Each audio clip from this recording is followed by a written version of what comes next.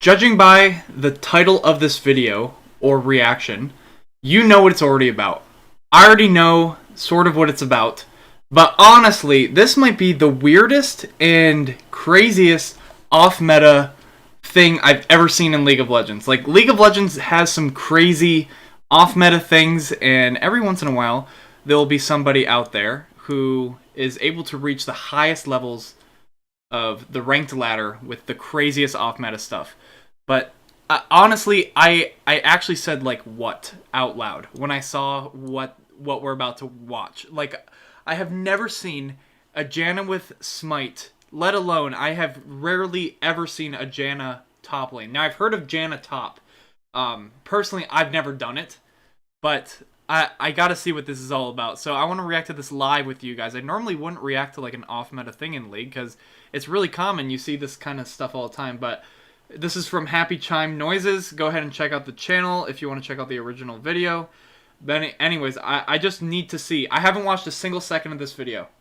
Let's go. Continuing the theme on this channel of top laners that hate playing top lane, today I have an absolutely insane player to show you. This is Happy 2, a master Janna top lane player who takes Smite and literally never goes top lane. He's not just a roaming champion, he doesn't even go to lane at level 1, and he doesn't stop the enemy top taking tower. So, is he trolling? Well, on this account, he hit master with a 69% win rate playing Janna top, and even has a second account with a 71% win rate with the exact same strategy. All solo queue, no duo. So it's fair to say he's not trolling. This strategy is just something we have never seen before. It has some hilarious parts where he just ruins the enemy jungler's life. It has completely unpredictable ganks that tilt enemies. And it even has a new gold generation exploit that he has invented. Whoa. He might be the smartest solo queue player we've ever seen. Let me show you why. But quickly, let me tell you this video is sponsored by Alright, skip that. A big surprise. I like how they at least tell you. Janna top is actually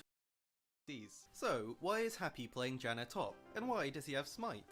Janna top is actually not a top laner. The real reason Happy is playing. So Janna is a support. Anyone who doesn't play League and they're just tuning in for the first time, Janna's a support, and like you kind of hear about top lane because she has like enhanced movement speed from her passive like abilities, like the passives on her abilities. So she's like really good at auto attacking, but you wouldn't think that she really does well in like a duel per se. She's just good at like poking. So anyways, it is Janna's main speciality, movement speed. Yeah. With her passive giving 8% bonus movement speed to herself and her allies. She's consistently good at moving around the map.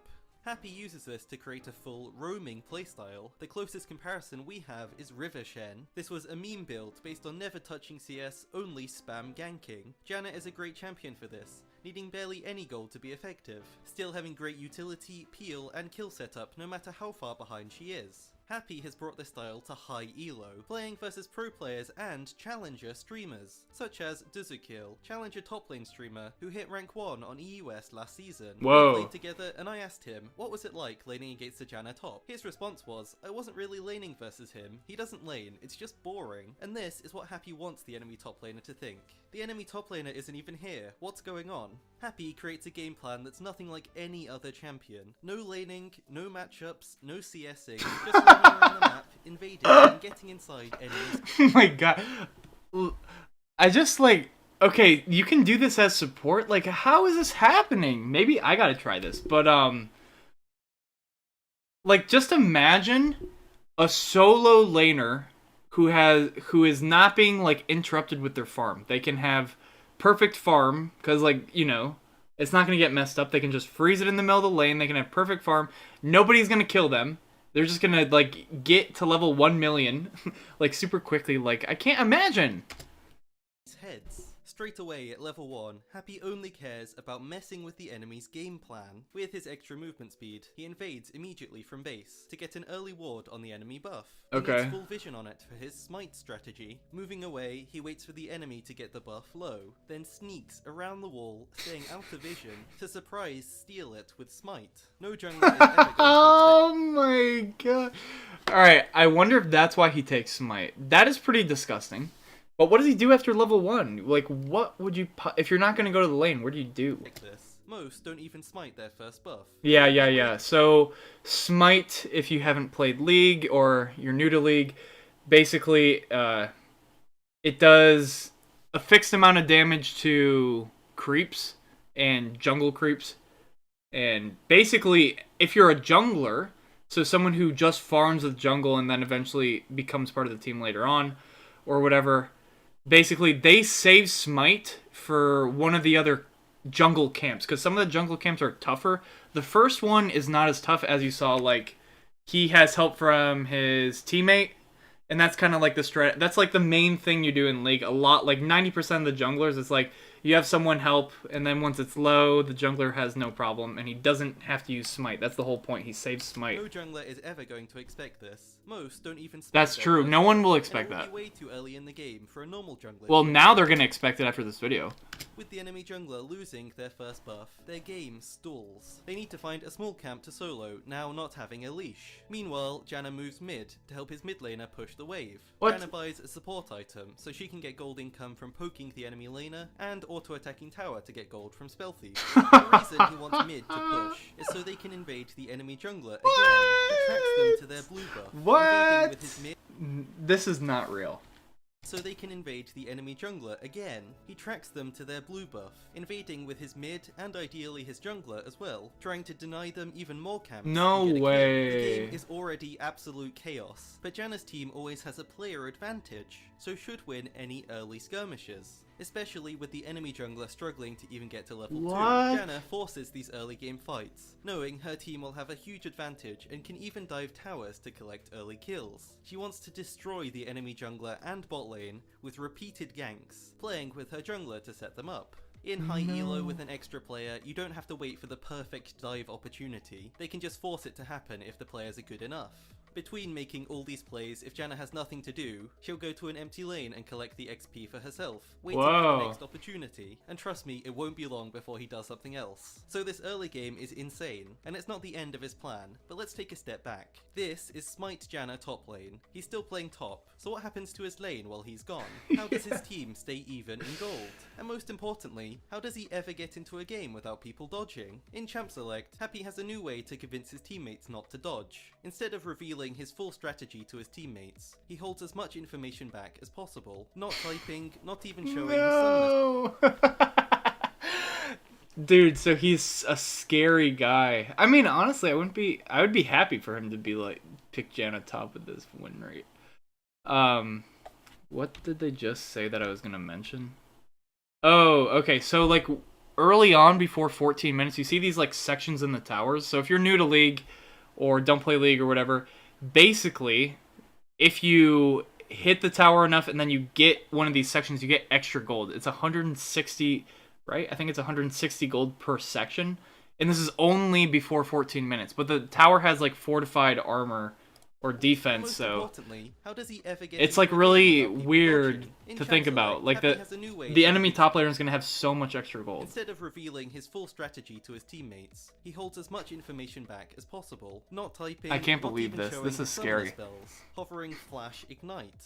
His team thinks, oh, it's a Janna top lane, that's pretty weird, but he can wave clear and AFK at tower, and it'll give us a good teamfight composition. Not too bad to play with. Then at the last second, Happy swaps, taking Flash Smite to set up his counter jungling. It's too late for his teammates to dodge and the game goes through. Once they're in game, they're locked in to what I would call a controlled fiesta. Happy does his invade and makes great early game plays. If he messes up and chooses the wrong buff to ward, don't worry, he has a backup plan. First, he leashes for his jungler, then goes mid to once again get priority. This lets him safely invade the enemy's second buff, so he can smite steal that one. He can then also get Scuttle Crab with Q and second smite to steal it away from the enemy jungler. While this is happening, his jungler is getting the bottom crab, or is able to get a free first gank. No matter what, Janna is always finding ways to out-trade enemies. Your main goal is transferring resources from the enemy jungler to your jungler, so Happy is constantly drawing the enemy jungler over to lanes where he doesn't want to be, forcing him to respond to Janna's ganks.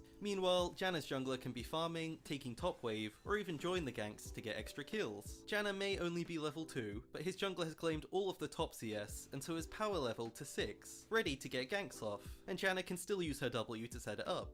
Even his runes are built around this, taking Airy for the early damage and shielding, with lots of movement speed in his minor runes, to quickly get across the map and keep surprising enemies. But, most importantly, what about the problem of top lane? Janna is fully focused on getting his jungle, mid, and bot side ahead for the whole of early game. He gets them kills, early camps, even collecting free dragons as early as level 3 thanks to their double smite. His bot side will be ahead in gold, but the enemy top laner will be getting further and further ahead. This is where Janna's game-breaking gold generation exploit comes in. It's all about kill bounties. There are bounties for shutting down fed players who have lots of kills, but there are also bounties in the game based on the amount of CS a champion gets. The game compares a champion's CS to the enemy team's average. If they have lots more CS than the average enemy, then they get a bounty. Since Janna and her support are not touching any CS, their average team CS will be very low, even though they can still get gold from kills and assists. This means two very important things. If Janna plays well and her team gets really far ahead through bot side, then that's 5 players on her team who are fed versus 1 player on the enemy team who's fed, just their top laner, so Janna probably wins the game anyway. But if Janna struggles to make plays early on, her team will probably still be around even in gold, but the enemy top will build up a big bounty that Janna's team can roam up and claim whenever they want.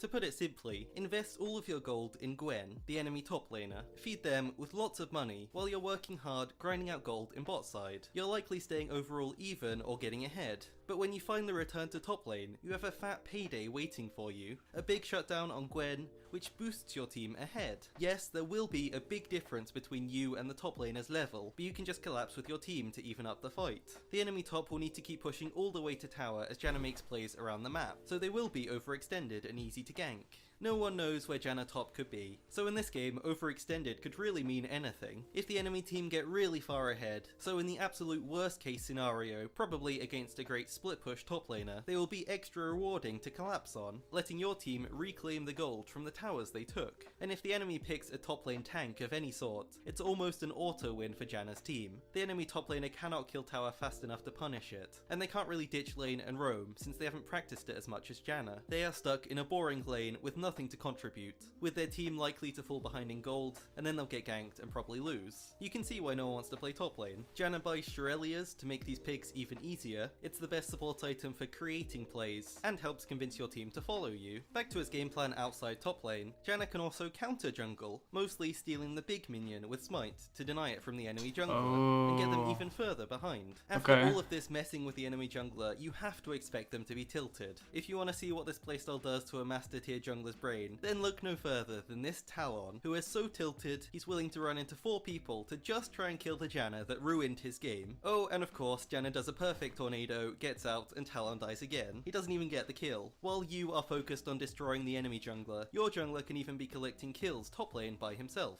It's always great in solo queue if you pick a jungler that could win ganks by itself, so you don't have to rely on your laner to help you. I never thought it would be quite this solo, not even having a top laner, but here we are. And it's even better for your mid laner. They have the option to roam top for more XP and gold, giving them an easy way to get ahead in lane. Janna always returns to mid lane to help them push wave between each play, so it gives them time to move while the enemy has to respond to the wave. If you want to see how good this strategy really is, here's a game from a master player I met on Twitch. Playing Nidalee. Okay, wait, hold on.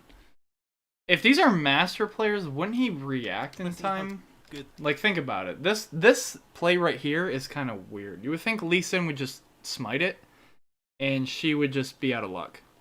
Or maybe, I don't know, like... Strategy really... You don't think about that, I guess. From a master player I met I don't on know. Twitch, playing Nidalee jungle with Janna top on his team. The game starts off with Janna setting up a kill mid for his Tryndamere, punishing TF's immobility and already giving their team a good carry. After some messing with the enemy jungler, they set up a dive on bot lane with 4 people, collecting an easy double kill. Yes, it is Jack's AD carry, don't ask me why. Continuing to play with his Nidalee, Janna sets up a huge team fight in top river. Enemies don't know that it's a bait, so they start collapsing. But once again, Janna's team has a numbers advantage thanks to him, so 3 more easy kills for his team. Janna top loves these baiting strategies, and here is the most crazy example. Either this play is a bronze player on Janna messing up and trolling, or it's a challenger player knowing his exact limit, that he can get saved by Kindred ult and get his team to collapse for a double kill. Judging by his win rate, I think it might be a good bait. Happy is a godlike Janna player, always knowing what play he can make and still be safe. Even when he's at 1 HP, he knows he still has his ult, so he's not worried. He also has the ability to bait and then use Smite to gain health and stay alive, which enemies are never going to expect. One thing I haven't even talked about is why these plays work so well. There's one big reason: Janna maxes W first. It's one of the most annoying abilities in the game, and it's especially great for the slow, which is undodgeable. I'd say it's as good as any hard CC, since it lasts for so long. It's long range and it's simple to set up plays, which is ideal for a roaming champion. This, combined with Happy's incredible ability to I kind of want to try it now, means that once Janna shows up in a lane, the enemies might as well try to fight, because they aren't going to get away. He throws his tornado so specifically, always into the exact path the enemies need to go to escape the gank. If they take the obvious route, they get knocked up and killed. If they dodge the knock-up, they're forced into his team and still get killed. He creates a win-win situation. In mid-game, Janna Top's playstyle changes once again. He is no longer spam ganking bot side. He now focuses on the whole map. Whenever there is an enemy alone in a lane, that's where Janna goes, ready to set up a kill. With his redemption into ult combo, he can give a ton of extra health to set up any dive. In teamfights, he plays like a normal Janna, except probably better than most you've seen. There are 3 simple things for Janna to do, and he does them perfectly. He's got a shield and peel for his team with his CC. Second, he has to position safely so he can do this. And third, he wants to take as little damage as possible if the enemies go in on him. In the best fight, enemies should not even think about Janna until it's too late, staying at the back and then moving forwards to quickly peel, disengaging to let his team turn the fight. But before we give this build a rating, we need to talk about the negatives. This player is insane, but he's not immune from deaths. Janna dies a lot. Sometimes he dies 13 or 14 times in a game and still wins. He wants to get his teammates as far ahead as possible and force them to try and carry him. Meanwhile, he just wants to be as annoying as he can. If he's tilting enemies and keeping them from getting CS or jungle camps, even if he's dying a lot, his team can still capitalize on this and get ahead. If done well, these kill trades are actually worth it. If he was doing it badly, he wouldn't have a good win rate and he would just get reported. So overall, I think this pick is probably one of the hardest things to play in League. You need to break out of all of the habits you've been learning for years of how to play League, and be able to freeform create plays on the fly without any planning. It is high difficulty and requires your team to not be tilted while also following up on your plays. Almost every play this Janna makes is really good, but without his teammates following, it still wouldn't work. If you are good enough to do it, then it becomes one of the best ways to tilt enemies and create a gold lead that likely will just make the enemy jungler AFK while his team surrenders. Due to these factors, my rating for this build is an 8 out of 10. The master players I talked to about this actually gave it a 9 out of 10 after being on his team, so maybe my rating is even too low. For his custom Janna top build, first item getting mobility boots to move around the map, and then Shirelius to set up plays. Redemption is next to help in fights. And surprisingly, he then goes Deadman's Plate. The reason is to help him survive and let him bait more plays, as well as giving extra movement speed so he can always be in the fight. If he needs it, he can buy anti-healing with Oblivion Orb, and since he's the support, he buys lots of control wards. I've also heard that this account might be a smurf of a notorious solo queue player. Some of you may know Apocalypse. In summary, he's a that's who they think it is, and also mega skilled player that I even made a video about. Yeah, he, if that's actually true, that would kind of make sense because he was the rank 1 player in the EU, or EU West. Anyways, see, like, you see a build. Okay, also, he said he rated a Yuumi top build. Okay, I don't even want to watch that. Honestly, it's probably going to be kind of dumb. Because, like, you see these builds that work for these people, but I don't know. It's like your team is either not accepting of it, or I don't know how to explain it, but it just never works out. But this one kind of makes sense. I mean, as support, I almost do the same thing. It's like I'm just running around the whole map. You know, I don't care about bot lane anymore. But to abandon top lane, I don't know. But comment down below, what do you guys think? Is this a legit strategy, a legit build? Would you try it? I might try it in a normal game. Might try it in a ranked game. I want it, like, if it works, this would be really fun. I'll be honest, this would be a really fun thing. You're just running around the whole map doing whatever you want, pretty much. But hopefully you guys enjoyed. If you did, make sure to leave a like, subscribe, and I'll see you guys in the next one.